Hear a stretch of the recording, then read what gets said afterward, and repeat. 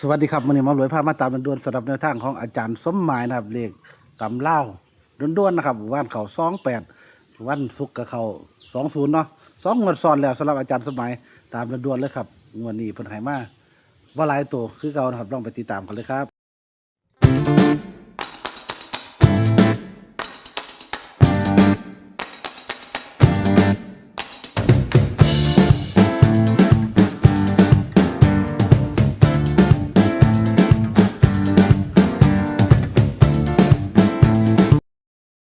สวัสดีครับอาจาสวัรย์สดีครับ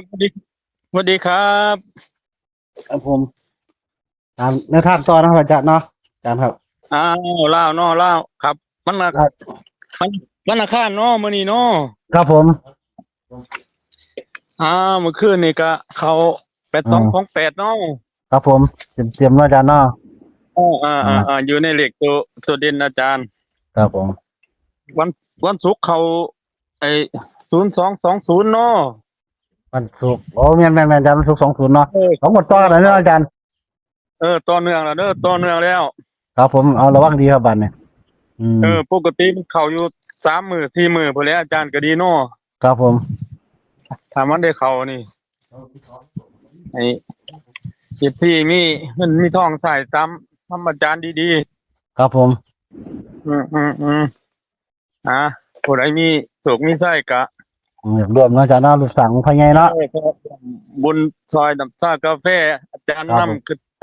ซอยหมอรวยน้ำนี่แหละทั้งคช่องรับน้ำเนพอได้มีครับผมค่าน้ำมันลดเนาะครับเพราะว่าเออทางเป็นงานก็อยากกินกาแฟเนาะอาจารย์เนาะ ว่าแม่นพอได้ซอยกันไปแหล้ เออผู้เขาก็ผู้หลายเขาก็อยากว่าไงก็ต้อนรับเขาเจ้าล่ะถึงเป็นเขาเจ้ารับเหมาแต่เฮ็ดเท่ากับครับเรื่องคือเขาเนาะครับผมครับคอืมรับครับกับครับคุณครับข้าไส้ซึมครับกันไปนะครับครับก็ซอยครับไปชมมันก็ผู้อย่าลืมเด้อนะครับติดต่อมาเลยมาได้เบอร์โทรกับผู้ใจ061ครับผม0616737278ไอดีไลน์5171เด้อนะครับสำหรับอาจารย์สมัยเนาะ ติดต่อมาครับครับเลยได้เดี๋ยวมาเลยก็มอบบัตรตัวตังค์นะครับถึงมือแน่นออันนครับผมเจะฝาบใหญ่เพิ่นกับเมียฝรั่งคือเก่าหั่นล่ะ ประมาณว่าอาจารย์ขึ้นเพิ่นห่วยอาจารย์คุ้มให้เพิ่นซื้อแนวมันบ่ร้อง92ได้มันสิเดิน82ได้แม่นบ่อาจารย์เพิ่นว่าครับเออจำได้อยู่ว่ามันจันทร์มันคานมันเคยออก82อาจารย์ว่าแม่นกันแต่สองออกดีครับไม่เพิ่นก็กันเลยโอ้ทุกข่อยถือกันบ่แม่นเพิ่นว่าโทรเอาเพิ่นอยู่เมืองอุบลเดี๋ยวผมหนูสิซื้อเพิ่นว่าเพิ่นก็ได้ก็หมู่เพิ่นได้เท่าใดเพิ่นได้ผู้ละแสนกว่าเพิ่นว่าอืครับผมตโอ้อนเนาะลงทุนเนาะคนเลขเข้าใหญ่ที่คู่นะเพิ่นก็นึงนะครับภาพใหญ่มันน่าซื้อนะมัน มันเหล็กลักเพิ่นก็ที่คู่เนาะอาจารย์เนาะแม่นอืมล่องหนูสองก็มักเลข2หนูมักเลข2อยู่ดอกเพิ่นว่าแต่ว่ามักแฮงคือเลขเก้าเอาบ่เป็นหยังมันเคยได้82อยู่เพิ่นว่าอืม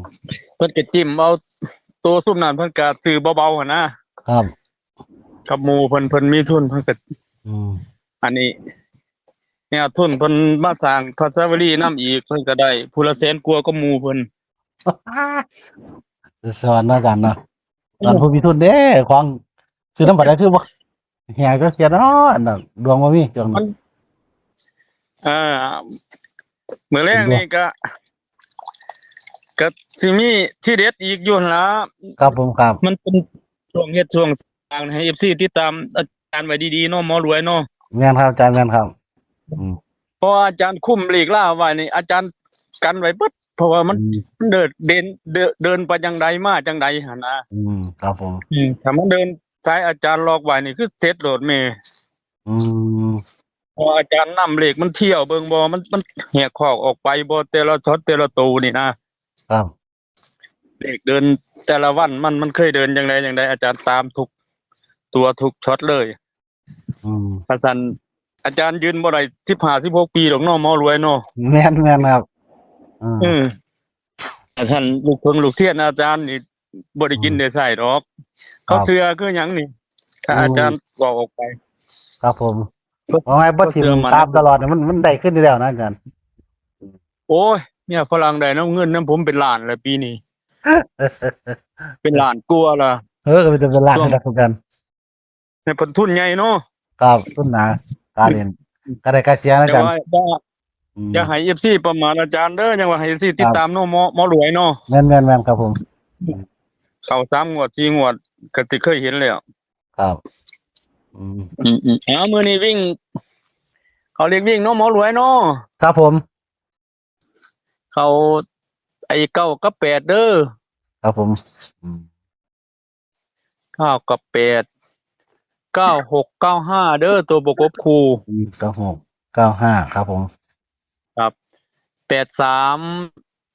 8381 381ครับผมตัวกันนี่สิเป็น3322อืมครับกะผม21ครับมีต้อง21นต้องเขียนท่านะอาจารย์เนาะำอาจารย์อย่ามันร้อนมาก7คอืนม21นะเรียนอาจารย์เพราะว่าเด็ก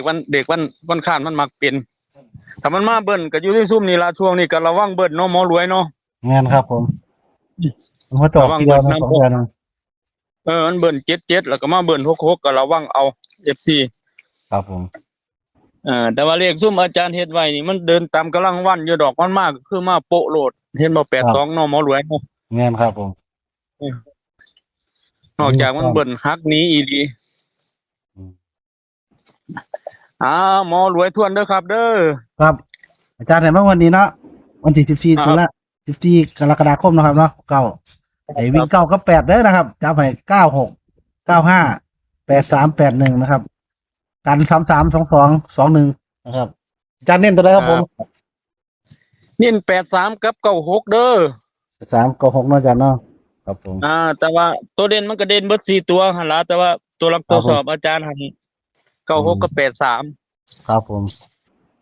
ครับวันนี้ก็14ส่งมานำเด้อนะครับไปก็สั่งให้รู้ล่วงไว้เนาะอาจารย์เนาะครับผมครับผมก็เห็นเริ่มเป็นรูปเป็นร่างแล้วนะอาจารย์ก็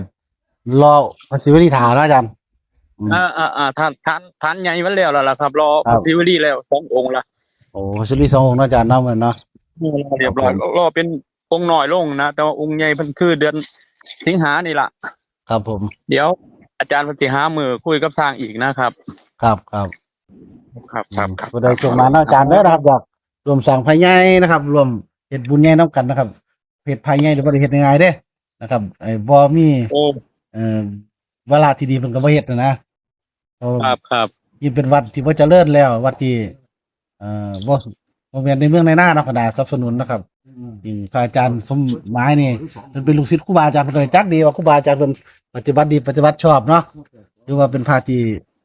น่าเคารพนับถือคนไทบ้านไทเมืองเพิ่นอาจารย์ก็อยากซอยนะครับครูบาอาจารย์เพิ่นนะครับถือว่ารวมบุญร่วมกันนะครับเนาะสำหรับในทางของอาจารย์นะครับตามนี้เด้อครับวิ่ง9 กับ 8นะครับจับ96 95 83 81นะครับตัวกัน33 22 21อีกตัวหนึ่งครับผมขอให้โชคดีนะอาจารย์สมัยเด้อนะครับในวันนี้นะครับเลยโชคดีไม่ใช่อยากรวมทั้งบุญกับติดต่อมารวยให้ปอกพระรวยมาเลยเด้อนะครับ2 ท่านนะครับก็สิเป็นสะพานบุญให้อาจารย์คือเก่าครับกดฝากกดแชร์กดติดตามให้เฮงให้ปังให้ร่ำให้รวยสุขสุขคนสวัสดีครับ